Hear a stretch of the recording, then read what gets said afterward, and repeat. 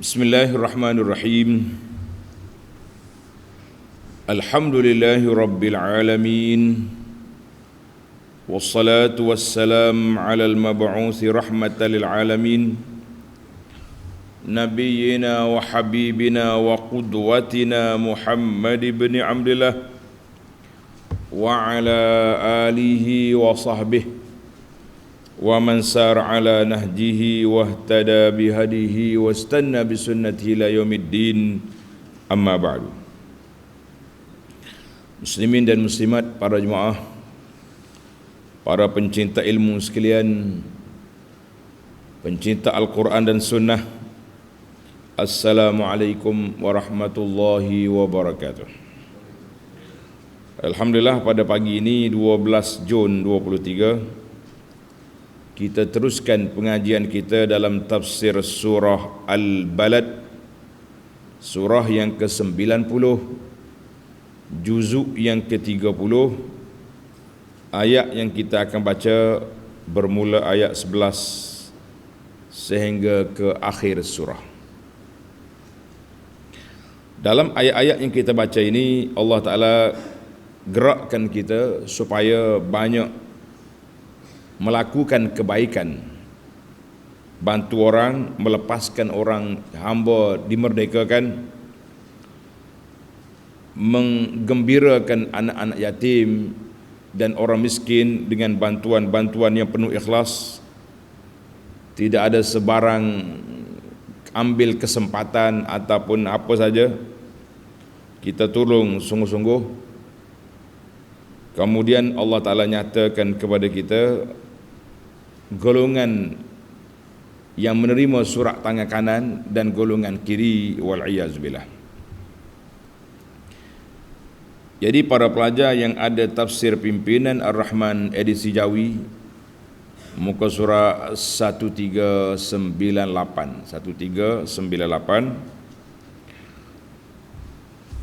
kita baca beberapa ayat, kemudian kita pergi kepada huraiannya insya-Allah. A'udzu billahi as-sami'il 'alim minasy syaithanir rajim. Falaqtahamal 'aqabah wa ma adraka mal 'aqabah fakku raqabah aw it'amun fi yawmin dhi masghabah yatiman za maqrabah aw miskinan za matrabah thumma kana minal ladzina amanu wa tawasaw bis sabr wa tawasaw bil marhamah ulaika ashabul maimanah walladzina kafaru biayatina hum ashabul mash'amah alaihim narum mu'sadah. Balik semula kepada tafsir ayat 11.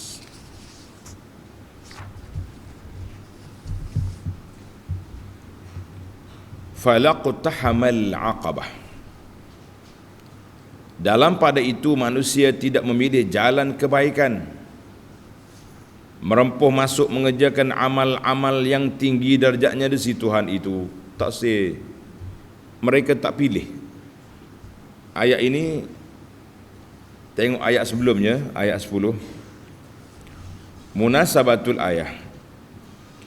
Allah Subhanahu wa taala menggalakkan kita, mengempen kita supaya melakukan kebaikan dan mengislah, memperbaiki jiwa kita. Sebab apa? Sebab Allah Ta'ala telah beri kepada kita wahadainahun najdain. Allah kata, aku beri pada kamu dua jalan, jalan yang baik dan jalan yang tak baik. Di antara jalan yang baik itu banyak lorong kebaikan, tapi Allah kata ada juga manusia yang la yaqta'il ghaniyul aqabah. Mereka orang yang kaya tak ambil jalan kebaikan ini untuk apa ni, kebaikan untuk dia di akhirat, tak ambil. Pengikut hawa nafsu juga tidak memotong kehendak-kehendak nafsu untuk mencari jalan yang baik yang Allah Ta'ala sediakan bagi orang-orang yang baik. Rugilah dia. Karena itu Allah kata laqtahamal aqabah, mereka tak ambil tanggungjawab yang berat ini untuk kebaikan di akhirat, dia tak ambil. Sebab itulah Allah Ta'ala tanya, wa ma adraka mal aqabah, mu tahu apa aqabah itu? Maka Tuhan jawab di akhir ayat ini. Jadi para jemaah sekalian, ini tafsir ayat ini, Allah SWT nyatakan bahawa nikmat yang Allah Ta'ala beri kepada kita, nikmat akal, nikmat iman, kamu timbanglah nak ambil hak mana dua jalan itu. Antara dua jalan itu nak ambil hak mana. Jadi kalau orang cerdik, dia ambillah jalan yang berat untuk memberatkan timbangan amalannya di akhirat. Sebab itu dalam ayat ini Tuhan kata falaqtahamal aqabah, ay la yaqta'il ghaniyul aqabata syadidah.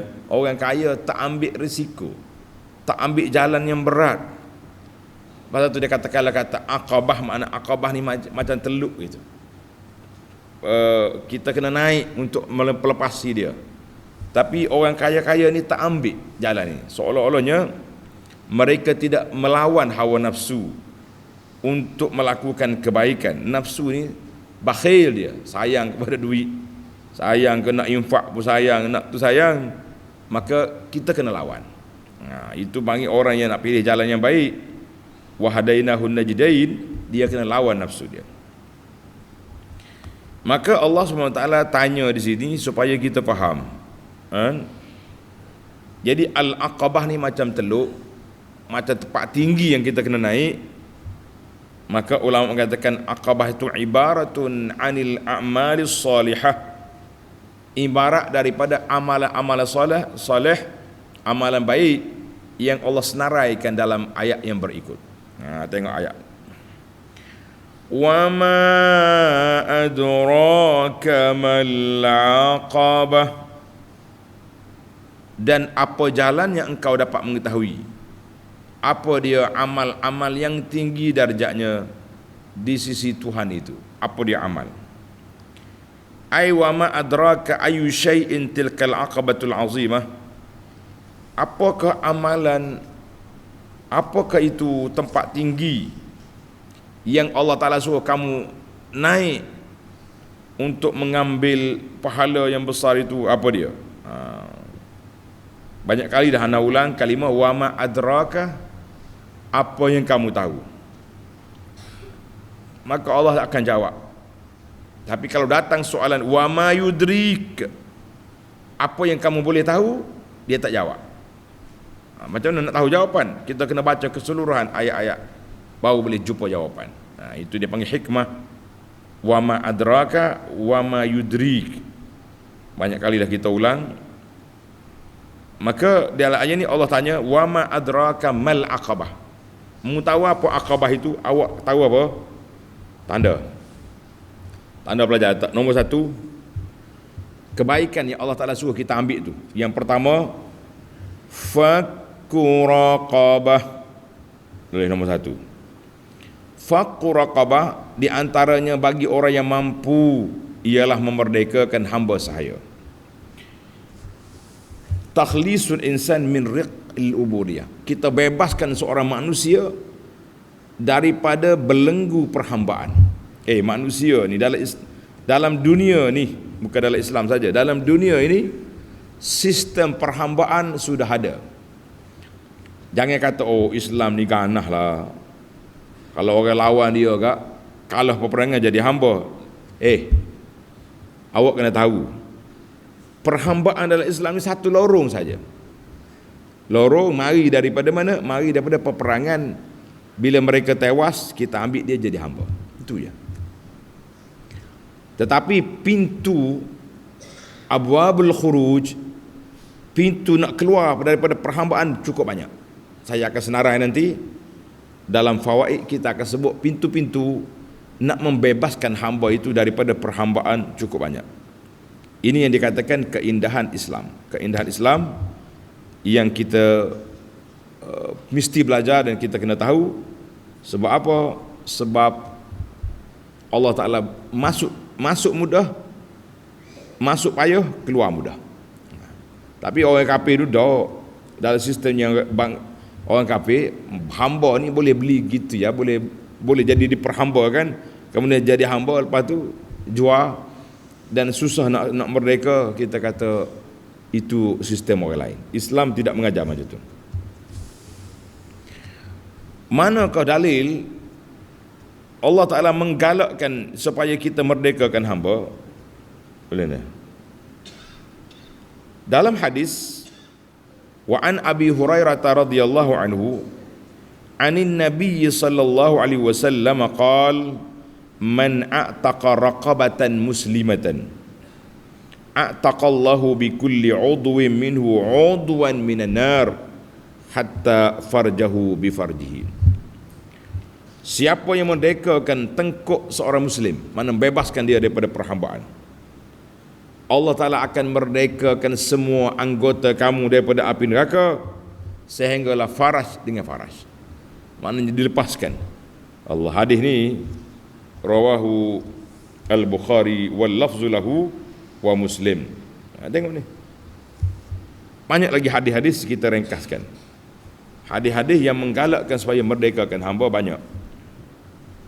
Dua, boleh. Aqabah yang kedua, iqtahamal aqabah yang kedua, au it'amun fi yaumin zi masrabah, atau memberi makan kepada orang pada hari kelaparan. Ai au taqdimut ta'am fi zamani maja'atin syadidatin, beri makan kepada orang ketika berlakunya kelaparan. Allahu Akbar. Makan. Jangan sampai tunggu orang kap bendera putih baru nak bagi makan. Cerita bendera putih ni cerita musim Covid lah, cerita musim Covid.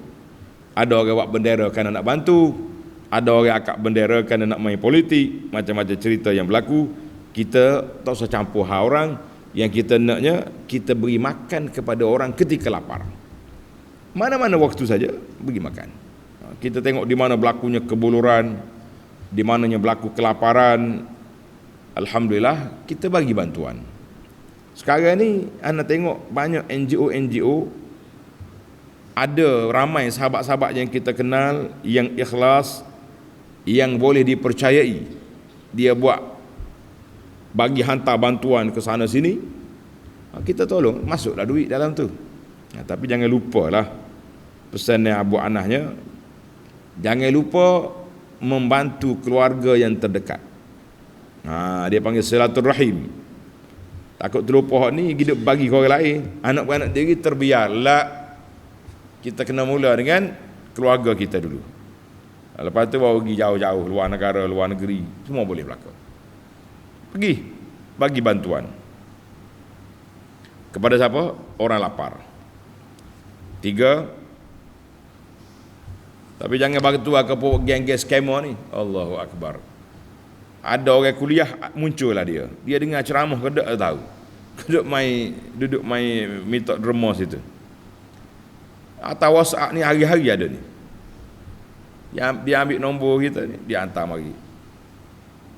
Kita kata mari sini. Ni kadang-kadang mari bawa tabur derma ni hari Jumaat. Mari nak jumpa imam, nak kita derma sini. Kita pun tak tahu di mana sekolah dia, kita pun tak kenal. Maka kita mengatakan tuan-tuan yang nak bagi sedekah, infak, pilihlah yang sesuai, yang betul-betul wujud dan kita percaya. Maka yang ketiga, tulis kumpulan yang ketiga, Allah Ta'ala suruh kita bantu siapa? Yatiman za maqrabah, kepada anak yatim dari kaum kerabat. Ai liyatim min aqaribihi, kita cari anak-anak yatim daripada keluarga kita. Waris-waris kita yang kematian bapa, itu panggil anak yatim. Ayah dia tak ada dah, mati, pergi pakat tolong. Termasuklah warga-warga kita ni, contohnya dalam pondok kita ni ada anak yatim, kita bantu dia. Cuma kena maklum, biar jelas lah maklumat. Sekarang ni alhamdulillah pihak Jabatan Kebajikan Masyarakat dah bagi budak ni boleh 200, hak ni 300 bulan. Majlis Agama juga melalui skem zakat ada bantu. Kalau kumpul-kumpul berapa dia dapat? Mungkin seorang anak-anak yatim ni boleh 500 bulan, cukup lah.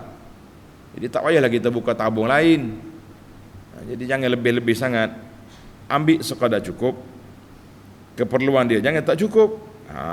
Biar cukup. Mana kalau kerajaan bagi tak cukup, kita pula anak beranak kena tambah. Jangan orang panggil duduk di zon selesa. Dia orang tu dapat bantuan dah tu daripada kerajaan, kena pergi siasat dulu.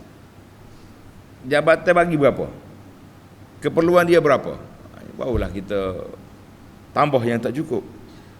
Yang kita sekarang ni jadi masalah kita bancian tak habis. Okey dah dia tu boleh bantuan. Pergi tanya bahawa boleh RM200. RM200 mana cukup? Zaman sekarang ni, zaman dulu tak apalah. Zaman kuih 20 sen sebiji. Tak. Pergi sekolah kalau bawa RM1 tu, mewah dah zaman tu. Ana ni taklah tua sangat. Tapi saya sempatlah beli kuih harga 10 sen. Di kantin sekolah pondok kita ni 10 sen kuih. Lepas tu naik 15 sen. Mahal 15 sen naik. Sekarang ni jangan tanya, tak, RM1 sebiji. Ada lagi 50 sen tak? Ada lagi. 50 sen kecil-kecil lah. Kecuali orang nak buat kebajikan cerita lain. Ada sahabat anak ni, dia buat roti canai 50 sen. Kita tengok saiz dia sama dengan RM1 50 sen tu. Kata kenapa jual murah ni? Dia kata tak apa ustaz, saya jual murah ni harga dia RM1. Saya jual 50 sen, kita niat sedekah. Orang miskin mari 50 sen saya sedekah. Orang kaya 50 sen saya hadiah. Dia boleh pahala dua-dua. Kita kata itu lain. Maka kita kena tengok keperluan tu biar cukup. Anak-anak yatim ni.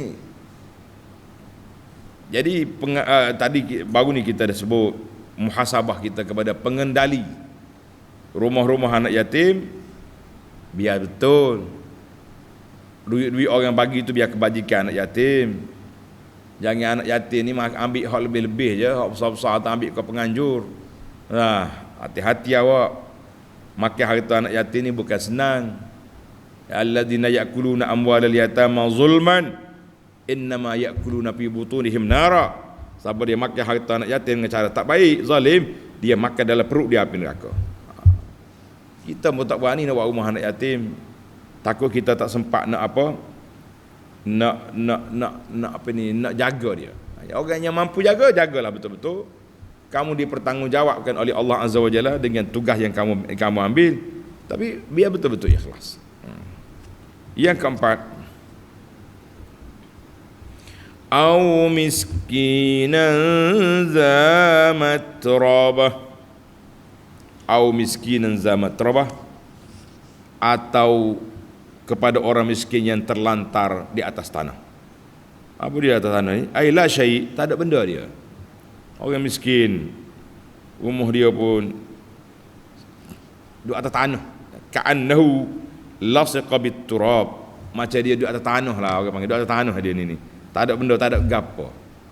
Ada tikar gitu ya, duduk rumah pun tak ada. Jadi alhamdulillah para jemaah sekalian, kita insya-Allah warga-warga yang duduk di pondok kita ni, kita cuba usahakan buat rumah comel-comel, pondok-pondok walaupun kecil tapi biar lengkap. Selesa orang tua duduk. Kita kata alhamdulillah, bolehlah kita buat orang panggil berteduh, buat seketika sebelum kita duduk seorang dalam kubur. Tak ada atap, tak ada lampu, tak ada aircon, tak ada belaka-laka, tetapi kalaulah kita ada ibadat yang baik, amalan kita lah meneduhkan kita, menyejukkan kubur kita, meluaskan kubur, duduk di amalan. Kalau kata anak nak gali kubur luar, tak ada orang bui. Gali, dia cukup syarat, cukup SOP, apa dia ni, lepas daripada bang, lepas daripada dikorek oleh hayawan, binatang-binatang yang buas, cukup. Baik, itu berapa 4 perkara ni dalam ayat ini galakkan supaya berderma, infak, bantu orang-orang yang susah. Kita tak sebut dalam bab lain pula. Dalam ayat lain pula dia galakkan supaya berdakwah, supaya berjihad. Ayat ini fokus kepada miskin, it'am, fakku raqabah, it'am, yatim, miskin. 4 orang. Kemudian ada lagi ayat lain, tengok ayat 17. Thumma kana minal ladzina amanu wa tawasaw bis sabr wa tawasaw bil marhamah. Selain dari itu, selain daripada harta benda, terlibat dengan harta benda tadi, orang yang kaya tadi juga tidak mengerjakan amal-amal itu, ia tidak pula menjadi orang yang beriman dan berwasiat dengan sabar serta berpesan-pesan dengan kasih sayang. Tak ada juga dia. Hak tadi hak duit, hak tidak duit pun tak bergerak juga.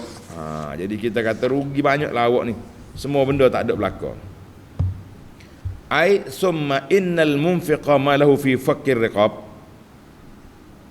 Orang yang berusaha nak bebaskan orang daripada hamba, ataupun nak beri makan pada anak yatim atau orang miskin, dia punya kriteria mesti seorang yang beriman. Seorang beriman, barulah amalan yang dia buat bermanfaat untuk dia di dunia dan bermanfaat untuk dia di akhirat. Ni ramai orang ni, dia panggil grup NGO charity, NGO yang bantu orang. Dia bantu orang kanser, bantu orang buah pinggang, bantu tu bantu ni. Tapi geng-geng dia ni non-Muslim, bukan Islam. Kita kata baguslah usaha awak ni, tapi kalau dia tidak beriman, amanu, tidak beriman, dia tak akan dapat ambil pahala yang dia buat tadi. Tak dapat. Habis dia boleh apa? Dia bolehlah hidup atas dunia ni senang, Allah Ta'ala segerakan balasan dia di dunia, di akhirat kosong. Rugi dia. Banyak terdapat ayat-ayat syarat nak dapat pahala mesti beriman. Di antaranya ayat surah Ghafir. Tulis awal. Ayat surah Ghafir ayat 40. Wa man 'amila salihan min zakarin aw unsa wa huwa mu'min. Siapa dia buat amal baik, laki-laki atau perempuan, syarat dia wahwa mukmin, dia beriman. Barulah cukup syarat. Kalau tidak, rugi. Suatu hari dengan hadis ni, Aisyah Ummul Mukminin radhiyallahu anha wa an abiha wa an jami' sahabah bertanya Rasulullah sallallahu alaihi wasallam. Dia kata, ya Rasulullah, Ibnu Jud'an kana fil jahiliyati la yasilur rahim wa yut'imul miskin fahal zaka nafi'uhu. Ibnu Jud'an ni waktu zaman jahiliyah dulu baik sangat orang. Baik sangat orang. Duk bagi makan orang miskin, hubungi silaturahim, bantu keluarga. Fahal zaka nafi'uhu, adakah itu memberi manfaat pada dia? Manfaat ke tak? Qala sallallahu alaihi wasallam la yanfa'uhu. Aisyah, dia tak dapat manfaat apa-apa di akhirat esok sebab dia tak buka akaun pahala. Innahu lam yaqul yawman rabbighfirli khati'ati yawmiddin. Tak pernah dia kata, ya Allah ampunkanlah kesalahanku pada hari pembalasan. Mana dia tidak beriman. Tak boleh gapo. Hadzal hadis rawahu Muslim. Hadis riwayat Muslim. Jadi cukup berbahaya Kalau orang tu jadi NGO kebaikan tapi dia tidak beriman, maka dia tidak dapat pahala yang dia buat. Ingat ke tidak para pelajar, cerita apa ni yang ana sebut waktu Allahyarham tuan guru ni, tuan guru Haji Amr Rahman Waliduna Al-Habib ghafarallahu lahu,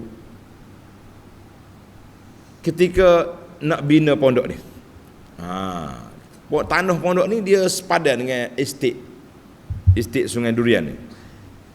Waktu tu manager estate ni orang putih. Dia sebut nama, kita tak ingat nama berapa orang putih ni. Jadi pernah orang putih ni mari, dia tanya, guru mau beli tanah estate? Ya. Kalau manager kasih present kepada sekolah ini, manager boleh pahala?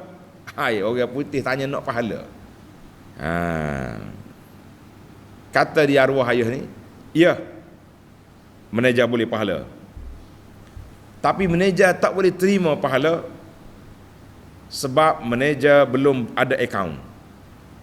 How? Gitu orang putih. How? Macam mana mau buka akaun? Sudahlah. Manager nak buka akaun. Macam mana buka akaun? Kata di arwah ayah ni, manager jangan marah. Marah apa? Maka dia pun ajar mengucap, asyhadu an la ilaha illallah wa asyhadu anna Muhammad Rasulullah. Orang putih ni bila dengar suruh dia mengucap dua kalimah syahadah, pegang tongkat dia, bangun daripada tempat mesyuarat ni, gedeguk lari keluar. Siapa ke hujung pondok? Kata dia ayah kita, sudahlah, aku tak ajar mengucap, dosa sebab dia nak. Bila ajar dia lari, atas nasib lah. Kalau dia pergi, dia U-turn balik, maknanya kita ada harapan dapat tanah. Kalau dia pergi tak pakai tak mari dah, habis. Dia pergi jauh lah, kedeguk tokak orang putih kan, dengan seluar pendek dia tu. Dah lah kedeguk hau. Apa nama ni, rokok aja ni, cucu-cucu ni, tambah terbakar ke apa panggil? Pahit. Pahit duk mulut. Hujung pondok tu, kona balik. Mari semula.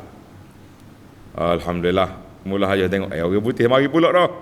Alhamdulillah. Sampai sini, dia kata, guru, kita cakap lain lah. Tak mau dah bicara akaun pahala tadi, dia takut kena ngucap pula. Tengok ni, tak habis. Kalau manager tu, maknanya ada, tak tahu, saya tak nak tengok juzuk mana tanah tu memang yang diberi oleh manager orang putih ke pondok. Jadi dia tak, kalau dia masuk Islam, dia boleh ambil pahala, kalau tidak sajalah dia. Baiklah, mari kita perhabis ayat kita. Wa tawasau bis sabr, dan mereka juga berpesan dengan sabar. Semua kita sama-sama orang beriman berpesan sama-sama kita bitahalli bis sabri, supaya kita bersabar dalam semua keadaan. Ana dah sebut banyak kali pada jemaah, sabar tu ada 3 kategori. Sabar yang pertama, sabar melakukan ketaatan.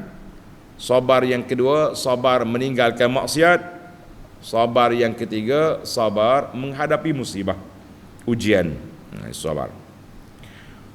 Wa tawasau bil marhamah, dan kita juga berpesan antara sama kita supaya kasihan belas kepada orang miskin, kepada orang yatim, dan kepada orang-orang yang lemah, dan semua makhluk, termasuklah hayawan ni kan segala, kucing lah, apa benda hak kita tengok kesia-kesia, kita bagi makan dia. Allahu Akbar. Kucing ni dia manja. Kitanya malah nak perok kucing. Berok kat se ke kucing susah. Mari Ahmad ni Nyewa kelik kucing di rumah. Alah. Comel-comel pula tu. Siapa dia nak kucing mari ambil tak ngamat. Banyak kucing ada. Jadi pencinta kucing. Kucing ni pula waktu orang duduk dengar pagi-pagi subuh dia pergi naik cakap duduk atas keyboard. Kawan tu nak menulis pun tak boleh. Mari duduk sengih duduk dengar kuliah ni. Kucing banyak kucing. Jadi kita rahmatlah kepada hayawan-hayawan. Kalau tak suka beri kau orang lain. Jangan pukul dia, jangan katak dia, beri kau orang lain. Kecuali hak jahat. Hak jahat tu kita kena ambil tindakan lain lah. Allahu Akbar. Baiklah. Sabda Nabi SAW daripada Jarir bin Abdullah, qala sallallahu alaihi wasallam, la yarhamullahu man la yarhamin nas. Allah Ta'ala tidak memberi rahmat kepada orang yang tak ada kesian belah kepada manusia. Ingat molek kita ni, kita kena kesian belah. Hadis ni rawahu Al-Bukhari. Banyak lagi lah hadis-hadis yang lain, kita tak nak panjangkan. Hadis-hadis kelebihan Nabi bak bandingan analogi, kita seorang mukmin ni seperti anggota yang satu. Itu hadis sahih dalam Bukhari dan Muslim. Maka Allah kata apa? Ulaika ashabul maimanah. Ketahuilah bahawa orang-orang yang beriman serta berusaha mengerjakan amal-amal yang tinggi darjatnya di sisi Allah, mereka lah golongan yang pihak kanan. Maknanya orang yang menerima suratan amalan dari kanan, dan dia akan menjadi ahli syurga. Amin ya Allah, jadikan kami orang-orang yang menerima suratan amalan kanan. Itu dipanggil ashabul maimanah, mana orang yang duduk di sebelah kanan. Ashabul yamin, orang yang duduk di sebelah kanan. وَالَّذِينَ كَفَرُوا بِآيَاتِنَا هُمْ أَصْحَابُ الْمَشْأَمَةِ. Dan sebaliknya orang-orang yang kufur engkar akan ayat-ayat kami, mereka lah golongan pihak kiri. Jadi ashabus shimal, orang yang engkar tak dengar kata, dia boleh di pihak kiri. Na'udzubillah. Dia panggil apa jadi dengan orang pihak kiri? Alaihim narum muqsadah. Mereka ditimpakan azab seksa neraka yang ditutup rapat supaya bertambah kuat bahan bakarannya. Allahu Akbar. Maknanya orang ni dia panggil narun mutbaqah. Mutbaqah ni macam sekarang ni kan kita nak apa ni, nak masuk daging, nak suruh lembut tu. Dia panggil periuk tekanan tu. Arab kata madrut. Tak keluar awak tu. Hak ni cepat ni. Jadi neraka ni mutbaqah macam periuk tekan tadi. Dia punya kalau periuk nganga pun sakit dah. Ni periuk tekan. Tak keluar awak, tak keluar asap tu. Macam manalah kita nak bayangkan.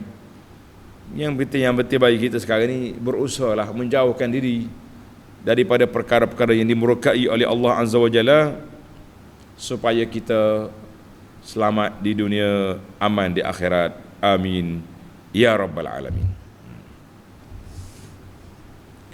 Baik para jemaah sekalian, tamatlah kita perbincangan ringkas ayat. Kita sekarang berpindah kepada al-fawaid, mencari faedah. Al-faidatul ula, faedah yang pertama, ayat yang pertama. Falaqtahamal aqabah wa ma adraka mal aqabah. Falaqtahamal aqabah. Tengok dia punya perbahasan sikit. Allah kata dalam manusia tidak pilih jalan kebaikan untuk nak masuk. Orang Kelantan kata terok masuk, rempuh masuk tempat-tempat yang susah dalam amal kebajikan yang ada ruang dan peluang depan kita ni. Mu tak ambil rugi kamu. Jadi ayat ini menunjukkan bahawa orang yang kerugian pahala, dia tidak ambil peluang yang Allah Ta'ala beri. Orang kaya, Allah Ta'ala buka pintu luar depan dia untuk infak, bantu orang susah, beri makan pada orang miskin. Orang yang gagah perkasa, kita boleh tolong orang dengan body kita. Orang yang ada kuasa, tolong meluluskan, tolong bantu orang-orang yang susah, yang perlu bantuan. Jadi semua kita ada ruang dan peluang untuk berkhidmat. Orang ada ilmu, mengajarlah, bimbinglah manusia ke jalan yang diridai oleh Allah, mengikut sunnah Nabi sallallahu alaihi wasallam. Maka di sini Allah Taala nafi, mereka diberi peluang tak ambil peluang. Jadi ini manusia yang rugi, manusia yang sangat rugi apabila peluang ada dia tidak ambil. Jadi para jemaah sekalian, kita yang ada peluang ini, hidup atas dunia sihat walafiat, jangan tidak ambil. Jangan tak ambil juga apa? Jangan tidak ambil peluang untuk menambahkan ibadat, menambahkan ketaatan, menambahkan bekalan menuju kepada Allah Azza wa Jalla. Jadi jangan mainlah. Maka Allah Ta'ala gambarkan amal soleh itu macam Aqabah. Aqabah ni tempat tinggi yang kita kena naik. Orang kata kena rukah naik. Rukah ni mendaki baru sampai ke puncak. Jadi maknanya kalau kamu nak benda baik, kena mujahadatun nafsi, lawan nafsu. Nafsu kita sayang ke harta, kita sedekah. Nafsu tak mau baca Quran, kita baca. Nafsu tak mau puasa, kita puasa. Itu dia panggil orang yang lawan, mendaki untuk mencapai ke puncak. Bukit kita boleh rukah naik, tak, mendaki bukit dia panggil. Allah naik bukit juga. Kadang-kadang usia kita tengok gatih basikal naik bukit peluh-pelah habis. Jadi tak apalah, itu hobi, sukan. Yang kita naknya pendakian dalam ibadat. Ana selalu ulang kata-kata ulama. Dia kata berjalan kepada Allah, berjalan kepada makhluk dengan kaki, berjalan kepada Allah dengan hati. Maknanya kena niat tu ikhlas. Itu penting. Kata-kata hikmah tulis, berjalan kepada makhluk dengan kaki, berjalan kepada Allah dengan hati. Yang kedua, Allah Ta'ala senaraikan kepada kita dalam ayat ini berapa perkara tadi? 4 perkara. Fakku raqabah, it'amun zi masghabah. 4 perkara ini dia panggil galakkan supaya kita berinfak. Sebab beri makan kepada orang miskin, tanda dia pelajar, beri makan kepada orang miskin ini, kepada orang yang kelaparan ini, di antara punca besar kita masuk dalam syurga. Punca besar dalam syurga.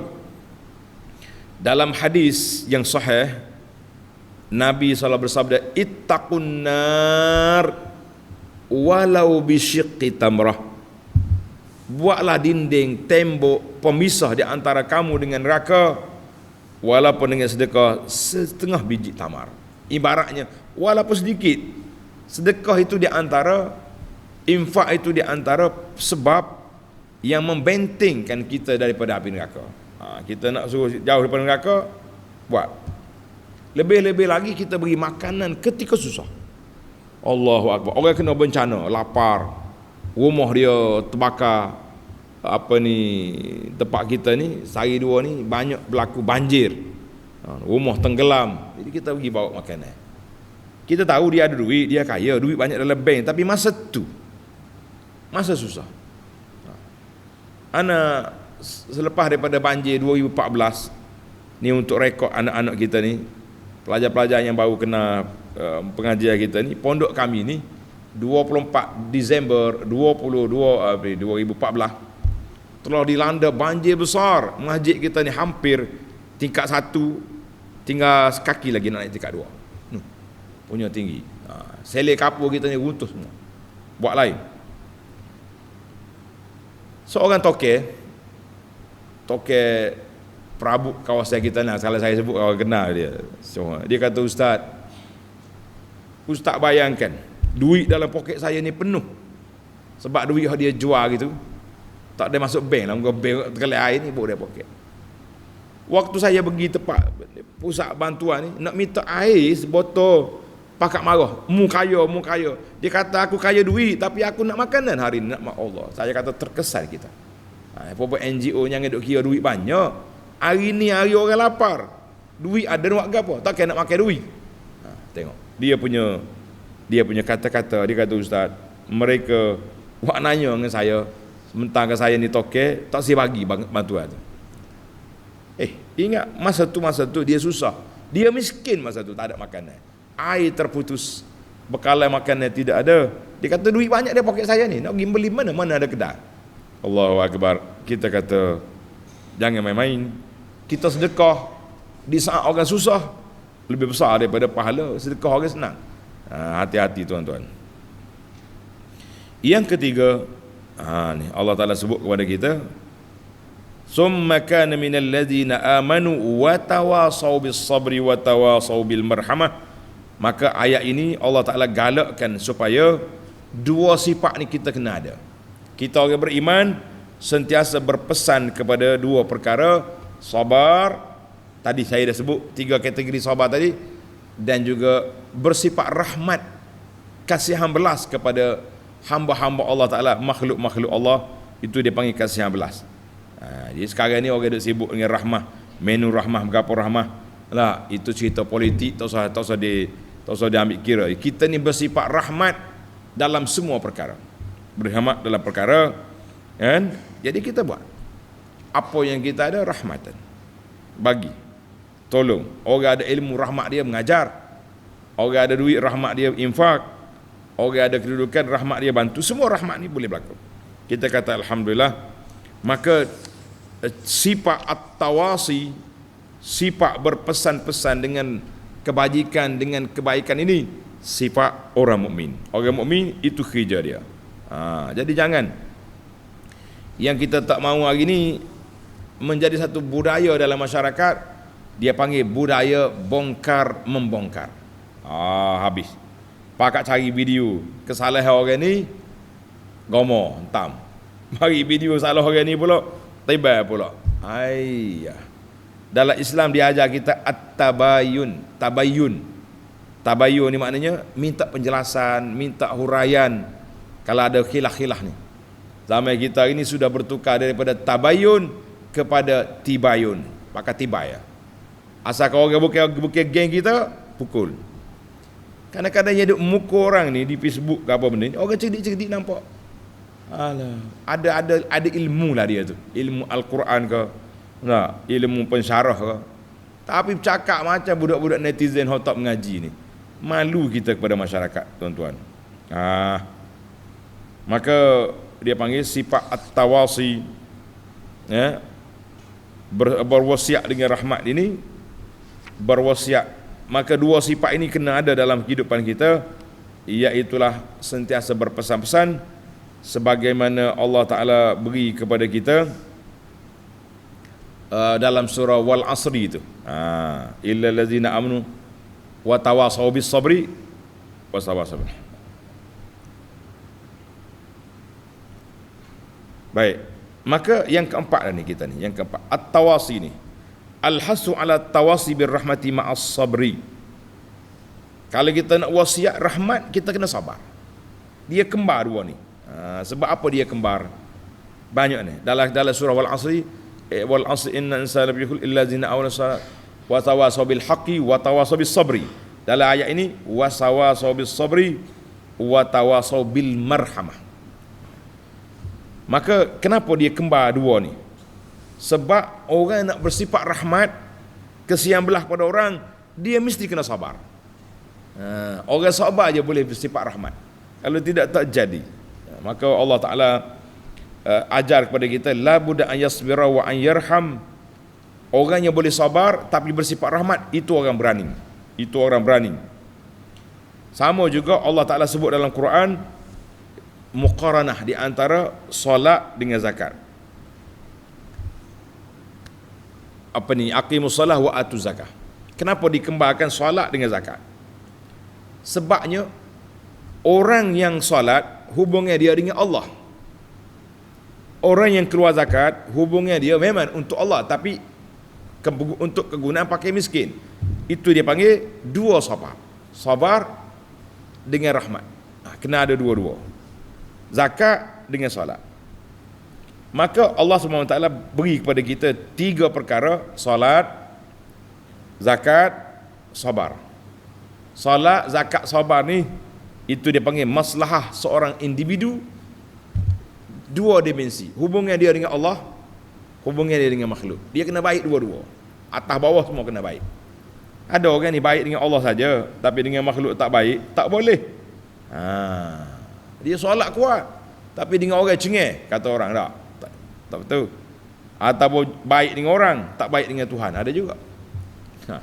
Anda cerita dekat seorang makcik mari tanya soalan. Dia kata, ustaz, anak saya ni baik, suka infak, suka derma, tapi dia tak mau solat. Hak seorang lagi pula, anak dia baik tapi tak tutup aurat. Kita kata salah tu makcik. Anak awak ni baik dengan orang, tak baik dengan Tuhan. Baik dengan orang, tak baik dengan Tuhan. Kita kena baik dua-dua. Baik dengan orang, rahmat. Baik dengan Allah, salat. Jadi kita kena ada semua, kena kat rangkumi. Baiklah, yang terakhir, yang kelima, Allah Ta'ala sebut sini fakku raqabah. Yang ciri yang pertama dalam ayat ini, surah ini, Allah suruh kita merdekakan hamba. Tanda dia pelajar. Ini dia panggil ilmu al-munasabah. Kenapa dia mula dengan hamba ni? Dalam kitab kita yang ada tulis, nama dia Keindahan Islam. Kitab Keindahan Islam kita tu, mana kitab ni? Kalau atas meja ni. Kitab Keindahan Islam tu kita nak jawab ni, kenapa Islam membenarkan perhambaan dan cepatnya untuk nak membebaskan hamba. Tuan-tuan beli kitab, nama apa? Keindahan Islam. Dalam ayat ini, tasyawufus syari' ilal itqi, syariat Allah, syariat Islam ni menggalakkan orang merdekakan hamba. Ini menunjukkan bahawa perhambaan tu, kata yang pintu masuknya sempit, pintu keluarnya luas dalam Islam. Nak masuk melalui peperangan. Itu risiko. Sebab tu Islam tak galak kita perang, dia suruh berdamai. Tapi kalau awak tak nak juga, nak kafir juga, nak lawan juga, risikonya anak-anakmu jadi hamba. Dia pilih jalan tu, apa boleh buat? Dia kena terima lah. Tapi bila jadi hamba, Allah Ta'ala pula buka pintu luas untuk merdekakan hamba. Tengok ni, coba tanda pelajar. Tadi hadis kita dah baca, galakkan daripada hadis, siapa merdekakan hamba, Allah Ta'ala merdeka dia daripada api neraka. Tu, siapa dia bersumpah, maka dia nak bayar kafarah sumpah, kafaratu yamin, merdeka hamba. Siapa dia zihar, kata isteri dia macam haram, macam mak dia merdekakan hamba. Siapa dia tersalah bunuh orang dengan tersalah, merdekakan hamba. Apa lagi? Jadi banyak dalam Islam ni, pintu-pintu nak merdekakan hamba itu cukup luas. Allah Ta'ala galakkan segala perkara, it'am, itqu raqabah, merdekakan hamba. Tapi manusia yang tak erti ni, human right ni, duk kata Islam ganah situ, hak dia tu molek. La, kita kata jangan kata molek. Tuan-tuan ambil dalam buku kita Keindahan Islam, di sana ada banyak jawapan-jawapan yang menjawab kepada syubhat yang digunakan oleh non-Muslim ataupun penjahat kepada Islam. Sekarang dipanggil Islamphobia pula dah. Buat-buat ni kita kena jawab dengan hujah. Biarlah masyarakat celik mata boleh mentahu apakah kelebihan yang ada dalam Islam. Kita kata alhamdulillah. Tamatlah kita perbincangan kita ayat surah Al-Balad. Kita berdoa pada Allah Subhanahu wa taala. Bismillahirrahmanirrahim. Alhamdulillahirabbil alamin. Wassalatu wassalamu ala rasulil rabbil alamin nabiyina Muhammad wa ala alihi washabihi ajmain. Ya Allah, ya Tuhan kami telah belajar, kami telah bertadabbur surah Al-Balad yang menggalakkan kami supaya sentiasa berinfak, belah kasihan kepada hamba-hamba-Mu ya Allah. Maka curahkanlah dalam hati kami ini perasaan sayang kepada Allah, cinta kepada Rasul, dan rahmat kepada semua makhluk-Mu dari kalangan manusia dan juga dari kalangan hayawan dan semua perkara ya Rabbal Alamin ya Arhamar Rahimin. Wa sallallahu ala nabiyyina Muhammad wa ala alihi wa sahbihi ajma'in walhamdulillahi rabbil alamin. InsyaAllah kita akan sambung siri yang akan datang surah Asy-Syamsi, ayat dan beberapa ayat yang awal surah, iaitulah ayat 1 hingga ayat 10 insya-Allah. Assalamualaikum warahmatullahi wabarakatuh.